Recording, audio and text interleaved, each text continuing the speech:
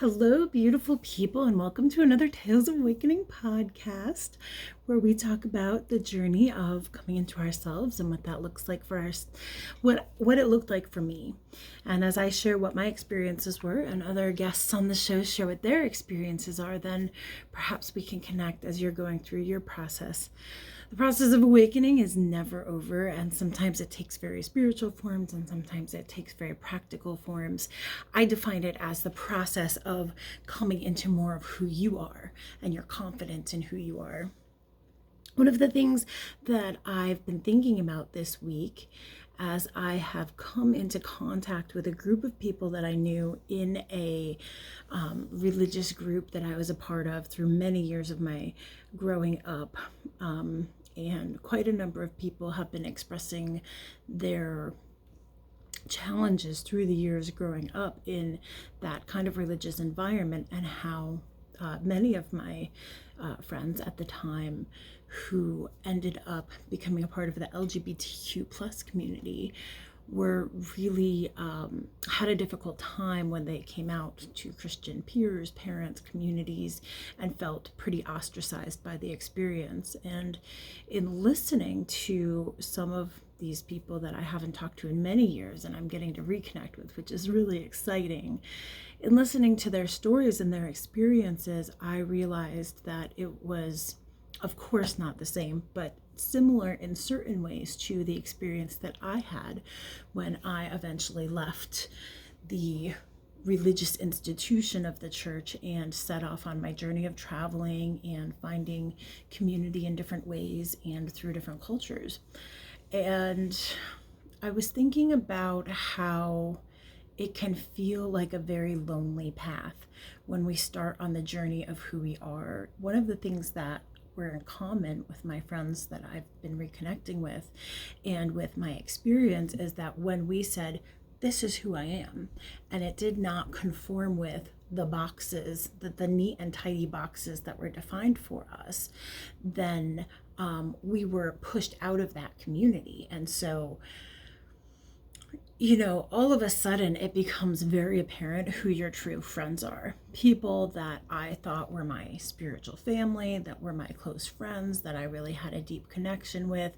Once I stepped forward and said, I am something other than what you want me to be, suddenly I lost a lot of friends and community, probably 99% of friends and community. And the people who have stuck around have, it's become obvious who my true friends are.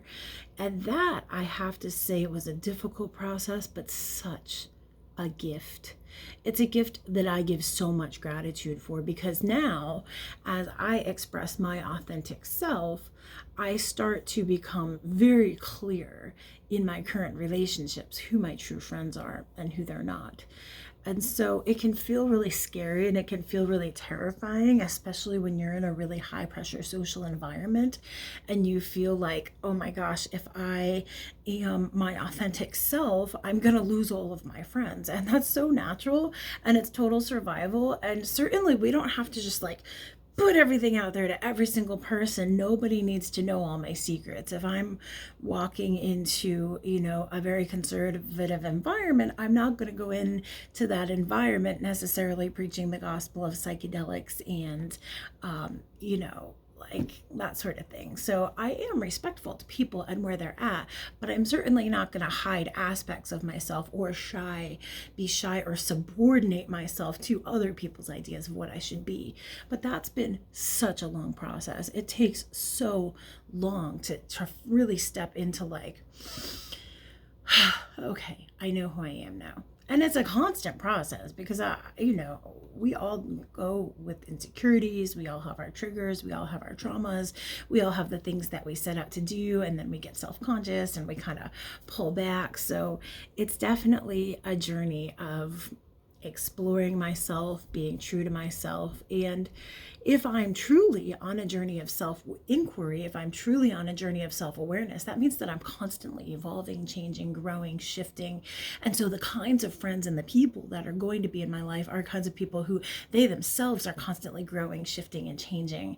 And so as we are each on this journey of who are we, and challenging ourselves and allowing ourselves to grow, then that is where the loving connection comes with these really dear friends. And so, I'm it can be really difficult, but I will say that there are beautiful people out there and there's community out there, but they may not come in the form that you think they're going to come.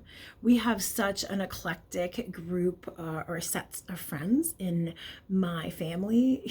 We have friends that are very conservative, we have friends that are very liberal, friends in between, friends from many different religions and connections, and we find, spiritual connection and nurturing connection through each of those interactions.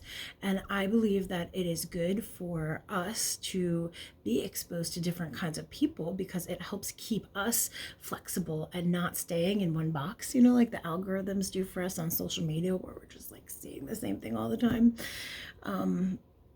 And also, I think it helps other people because I think we're so used to living in an echo chamber that people aren't used to somebody having an opposing viewpoint anymore. And it's almost like, wait, you don't agree with me? It's like, well, no, but can we have a conversation about it? Can we enjoy the conversation? Can we play with ideas? Can we explore?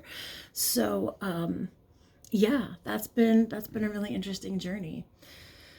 So, this is to encourage you to be your authentic self, no matter who your friends or peers or community may be telling you to be. Because when you are your authentic self, the kinds of people who will come into your life are going to be people that appreciate you for your authentic self, who see you, and who aren't going to pressure you to conform to their values. They're going to want to encourage you to find your own values and to live that in your own life. And that's the real joy of true friends, is that we support each other in this process of being more of who we really are. So much love, many blessings. Until we meet again, with gratitude. And please comment below and tell me if you've ever had a situation where you lost friends because you did something that was being true to yourself, and what that was like and how you were able to come through that. And were you able to bring more authentic people, more aligned with your values, into your life through that process? So thank you. Many blessings. Bye-bye.